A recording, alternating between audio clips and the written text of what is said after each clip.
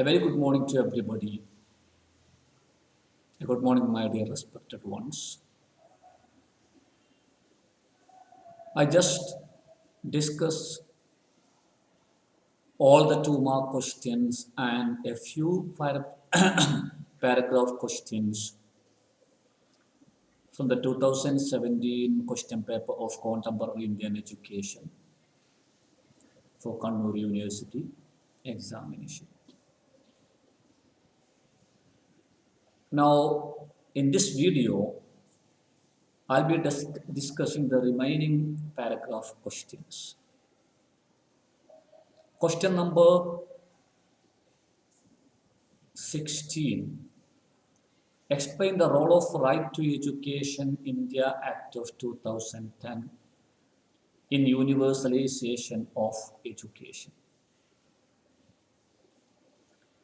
Here you have to tell about the role. The answer is not mere what education India, Right to Education India Act of 2010, but you have to write. So you have to present some arguments. And it's not very easy because this is a paragraph question, but we can try. In 2005, the Manmohan Singh government formed a commission called Knowledge Commission under the chairmanship of Sam Pitroda, a famous businessman, to give advices to the Prime Minister's office in the case of educational policy and strategies. They submitted a report after a few months, and the first recommendation of Knowledge Commission report was that government should ensure access to knowledge to all the children. And this access to knowledge to all the children is a concept put forth by Indian Constitution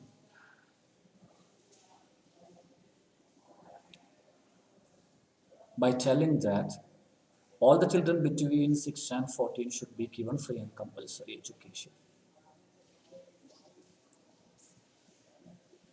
But even after passing 50 years or more than 50 years after the independence, it had not been realized because of a number of factors.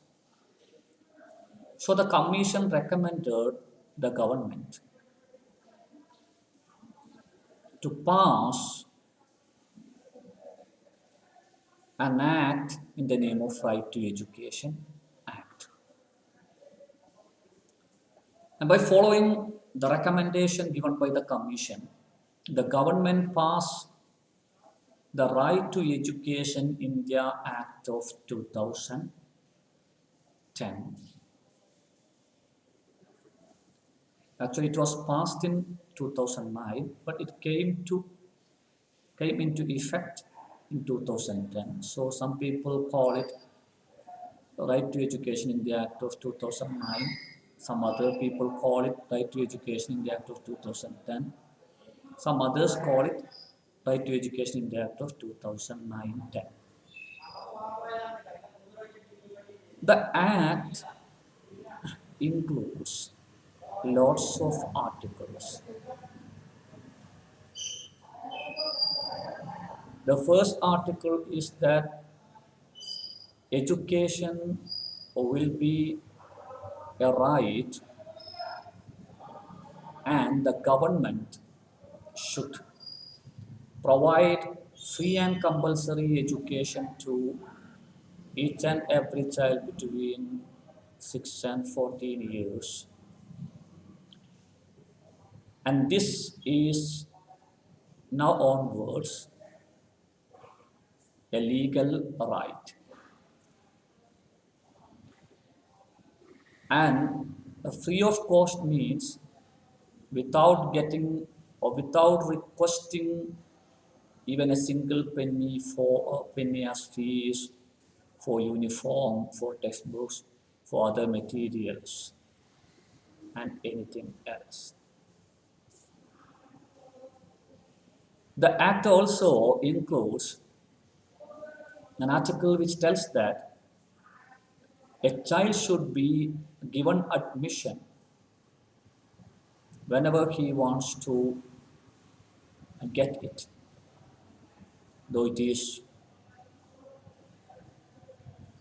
on the very previous day before the examination. And any child should be given transfer certificate, TC, at any time in an academic year. But this is a wonderful decision because sometimes the parents of the children may be attracted to education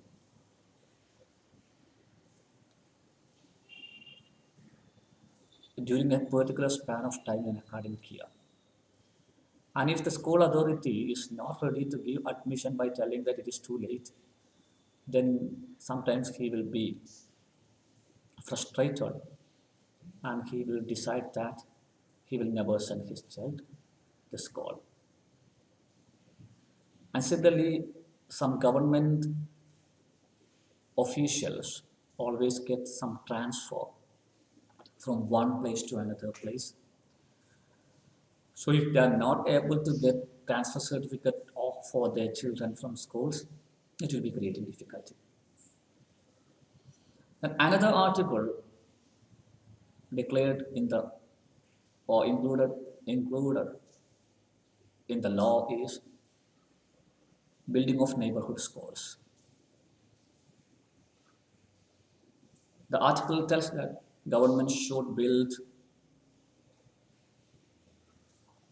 low primary schools within 1 kilometer of the residence of the children and upper primary schools within 3 kilometers. This also is a very good article which can realize the concept of education for all, because parents will be ready to send their children if they get some schools near to their homes. So this is also a wonderful article in this report, which will play a role to realize the concept of universalization of education. And another article included in the law is the article which tells that there should be 25% reservation for children who belong to economically and socially backward communities of the society in self-financing institutions. And it was a revolutionary decision,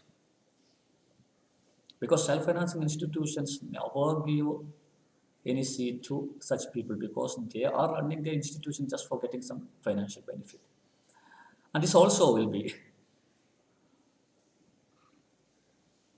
making it possible for getting better education for all the children. The Act includes a great article which tells that if the teachers segregate or isolate children who belong to backward communities, directly or indirectly, physically or mentally, they will be punished. This is something important because most of the children are not ready to come to school because they are being insulted by teachers and authority. So this will be giving some confidence to the parents of the children who belong to the backward communities to send their children to schools. So the articles included in the Right to Education in the Act of 2010 can play a vital role in realizing the universalization of education, but they should be implemented in its real sense. If the governments and authorities see some loopholes in the act, they can do anything. And that is what's happening always in our country. And that's all. Then explain UNESCO's 4 pillars of education in reshaping education. I think I have discussed this one in some other question paper. I do not know whether it was in Malayalam or in English. So again, I give some explanation on this question. Here, you have to explain UNESCO's 4 pillars of education in reshaping education. UNESCO, United Nations Educational, Scientific and Cultural Organization, is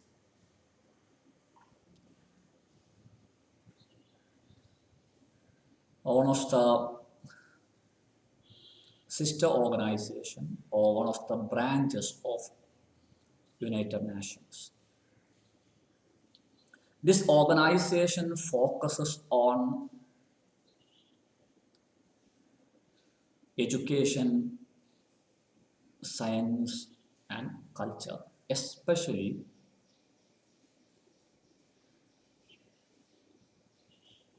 on education or educational activities all over the world. UNESCO conducted a deep study on the educational systems prevailing all over the world, and they declared 4 pillars of education. They are learning to know, learning to do, learning to be, and learning to live together. These 4 pillars of education can reshape the whole educational activities all over the world if implemented in a proper manner. Learning to know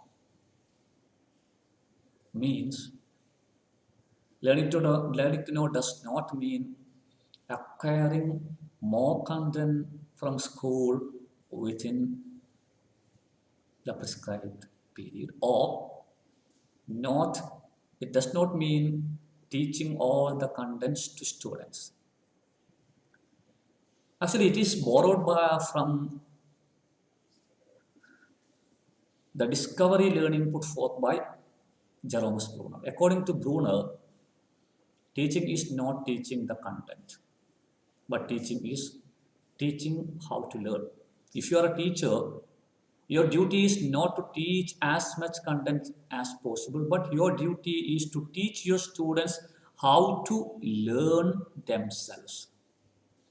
So learning to know means to make your students capable of learning more items even without the assistance of teachers and other people, by using what they have already learned as the basis for learning something new. This is something different because all these years teachers have been teaching the content.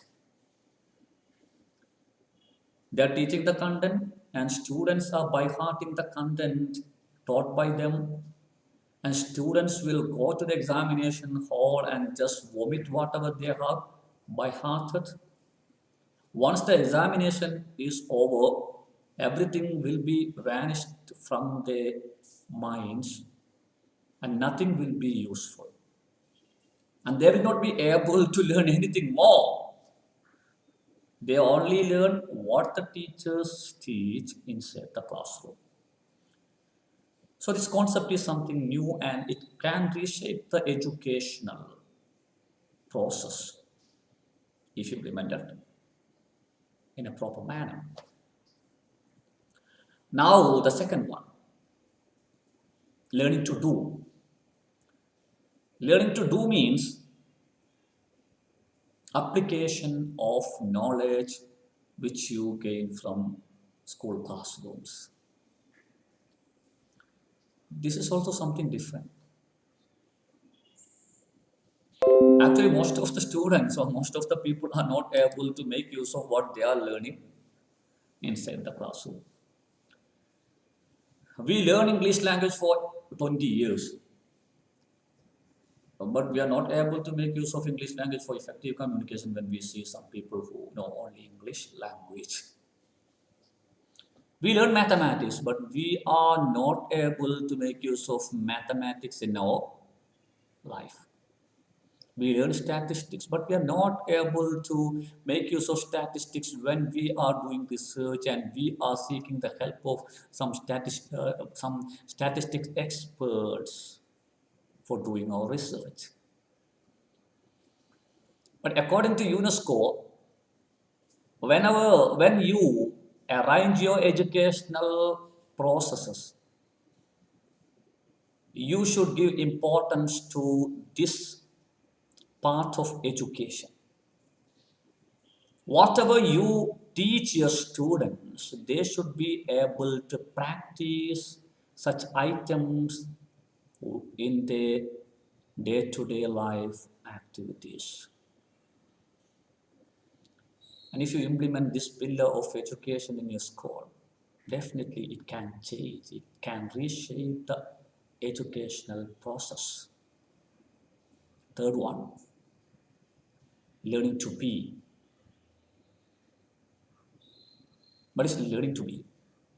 Learning to be a husband, learning to be a wife, learning to be a mother, learning to be a father, learning to be a son, learning to be a daughter, learning to be a brother, learning to be a sister. It means teaching your students to take responsibilities as a part of or as a member of different social institutions. UNESCO made a study and found that most of the educated people are not bothered about their roles as a member of different social institutions because they are in a hurry to get promotion, to shine in their profession, or to get more salary. This professional world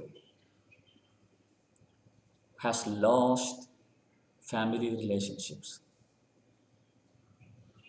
And teenagers start killing their peers by using AK-47 guns because they are not getting any love from their parents. Parents are behind their profession. So UNESCO told that there should be actions for ensuring that students are motivated or inspired to take responsibilities as the member of different social institutions, even when they are chasing some profession. They should know that relationships are more important than professional success and achievements. But this also can reshape the education. And the last one is learning to live together. And this is borrowed from the concept, the educational ideas of the great Indian educationist called Jiddu Krishnamurti. Jiddu Krishnamurti told that the modern educational system, the traditional formal educational system, makes people different compartments. And people are not bothered about core beings. They concentrate only on their profession. They speak only with the people who are working with them. And this should not be there. Now we are living in a multicultural world. So we should know how to live together by adjusting with others, by accepting the virtues of the culture of others, by giving respect to the cultural aspects of other sections of the society. And this is something important. So all these four pillars of education are something new in the field of formal educational system. So you can reshape the educational system if you are able to implement all these things in its proper manner. But the matter is that UNESCO has not yet become successful in this because it also has got some commitments to the interest of the developed countries like USA. So their intention of creating an internationalism has been changed from the humanitarian concept of internationalism to the financial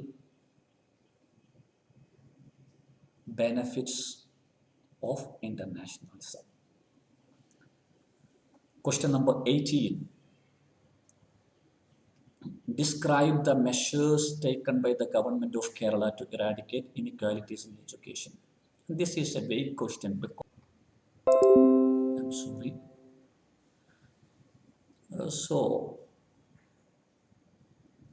So we can write something in general. Indian Constitution has declared so many articles for ensuring education for all. Indian Constitution has declared so many privileges for some sections of society as positive discrimination policies. There are different articles which tell about reservation for minorities and backward communities. But still, if you look at India as a whole, you will see that Dalits and backward communities are still out of the range of the formal education. But Kerala is an exceptional case in this regard. This is because of the schemes, programs, and projects declared and implemented by different governments during different eras in Kerala.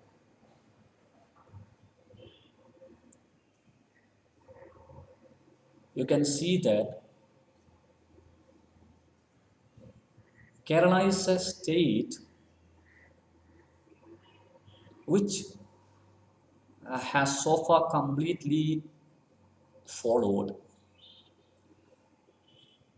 Article 30, Clause 1, which tells that minorities based on religion or language can establish and run their own educational institutions. You can see lots of institutions run by minority communities in Kerala.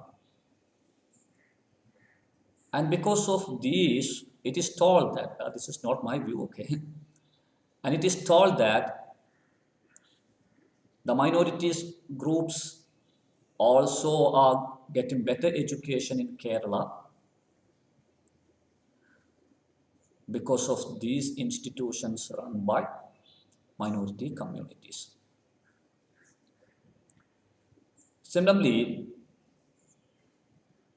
Kerala has introduced lots of scholarships for minorities and backward communities.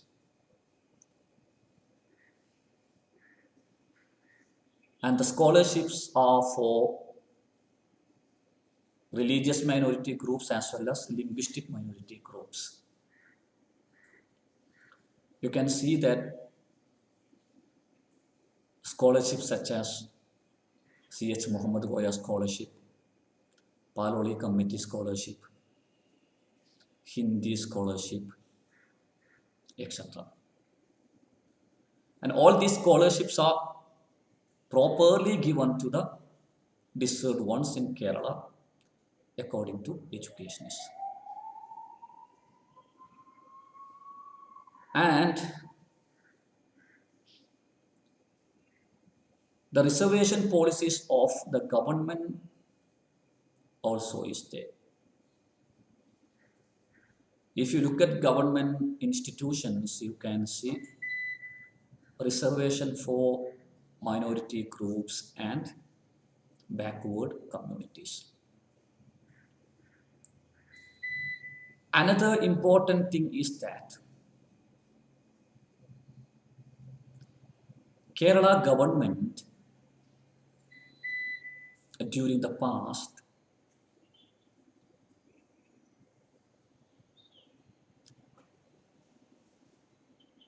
established government colleges in each district. I mean, in each constituency. Now, there is at least one college in each constituency of Kerala which provide higher education for different youngsters who belong to different communities. So Kerala government has taken so many measures. When I tell Kerala government, Kerala governments have taken so many measures for eradicating inequalities in education. So you can add more points, right? Then next question, 19th question. Write a paragraph on linguistic diversity in India. Its merits and demerits. India is a country of great social diversity. It has got a diversified society. It has got different diversity such as religious diversity, linguistic diversity, cultural diversity, geographical diversity, physical diversity, individual diversity, racial diversity, and etc. etc. etc. Linguistic diversity is an amazing feature of India. You cannot see such a vast linguistic diversity anywhere in this world. It has got 22 official languages and 1,699 other languages, together with about 6,000 dialects and local varieties of different languages. And this linguistic diversity is not the product of a single day. It has got a long history. When Aryans came to India, it is told that Aryans came to India in AD 1700. During the Vedic period, there were only two languages, Sanskrit and Pali. Pali was the language of the common people, while Sanskrit was the language of the elite people. Sanskrit was the medium of instruction during the Brahmanic period, while Pali was the medium of instruction during the Buddhist period. And when the medieval period started, there is the arrival of Muslim rulers occurred. They brought with Arabic and Persian.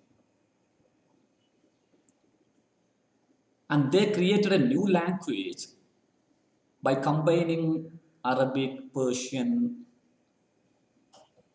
and some other languages for the army people to communicate effectively. And the language was called Urdu. And when Britishers came,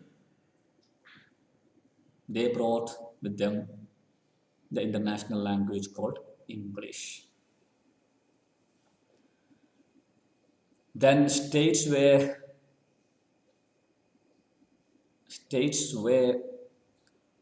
formed in India on the basis of language.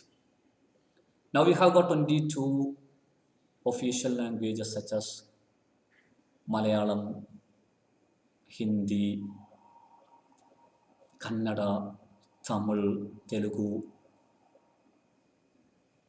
Marathi, etc. And all the languages have got different varieties.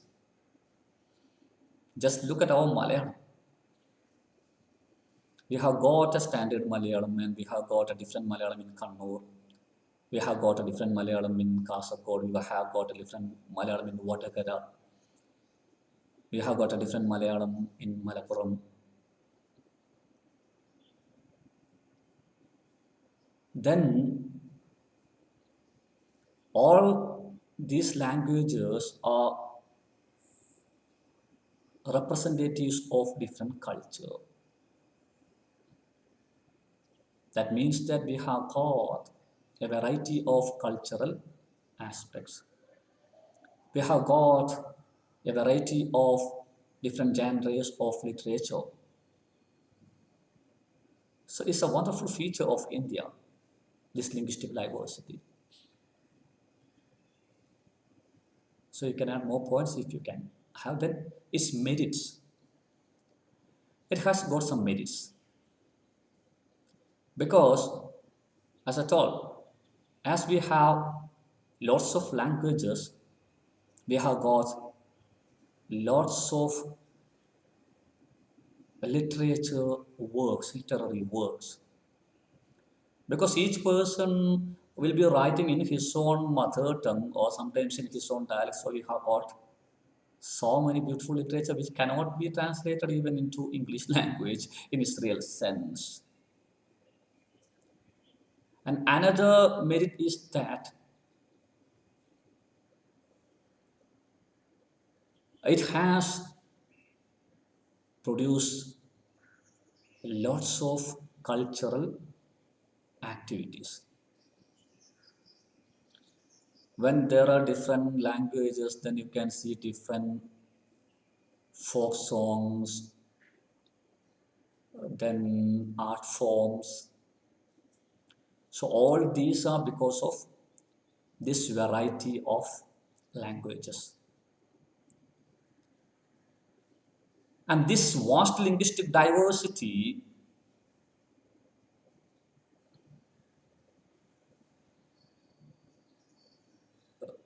make us, makes us able to enjoy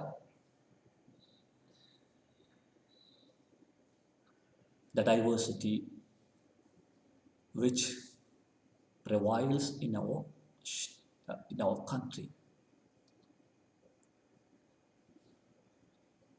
And this vast diversity has contributed so many new words even to English language. You can see so many Indian words in English language from different Indian languages. Now it has got demerits also. Because of this vast linguistic diversity, the people from one state may not be able to communicate with the people from other states. It creates some problem between the people of different states. Then another demerit is that sometimes it leads to narrow linguism. And this narrow linguism becomes a barrier before teaching the national language called Hindi and the international language called English. So, as there is a complication in the communication between the people of different states, we need a connection language. Hindi and English can act as the connection language or linking language. But this narrow linguism always responds against the concept of three language formula or multilingual education. And this narrow linguism becomes a barrier before national integration also. So you can write just like this. Explain three language formula and its importance in India. Three language formula is a formula for teaching different languages in educational institutions recommended by different commissions in India. It was first recommended by Mudaliar Commission of 1952. According to Mudaliar Commission, a child should start learning the mother tongue at the very beginning of the primary stage of education, and Hindi and English should be introduced later. Or his concept or the commission's concept was each and every child should learn three languages. That's mother tongue, Hindi and English by the time he or she completes elementary education. In 1966, Kothari Commission submitted his report in which you can see a modification of or a modified version of three language formula. If you implement the three language formula put forth by Mudaliar Commission, there will be some issues because the people who belong to Hindi speaking states can learn only two languages. They would learn Hindi as their mother tongue, then they would learn English. For solving this problem, Kothari Commission put forth a modified version of three language formula. And this three language formula states that children from non Hindi speaking states, children from Hindi speaking states can learn Hindi as their mother tongue and English and any other modern Indian language during the later stage. While children from non-Hindi speaking states can learn their mother tongue first and then Hindi and English. Some states accepted the three language formula while some other states were not ready to accept the three language formula because of narrow linguism. Tamil Nadu is an example. A three language formula is an important strategy in India. It's a significant strategy in India because India is a diversified society. You can see a vast linguistic diversity in India. And this creates some problems before the people of different states in communicating with the people of other states. And the lack of communication between the people of different states will be creating some hurdles before the great concept of national integration. By implementing this three language formula, you can create a connection or linking language. English and Hindi can act as a linked language which can connect the people of different states in our country. Moreover, it will be facilitating to learn about the literature and culture of different states in our country because most of the works are written in different languages are often translated into English language. Moreover, you will be able to learn about the taste, food culture, dress code, arts and cultural forms of different people or different communities of different states. And it will be providing an opportunity for you to have a harmonious living in this diversified society called India. So all the paragraph questions in the question paper for the year 2017 have so far been discussed here. I'll be back with the question paper discussion of the question paper of 2016 examination shortly. Thank you.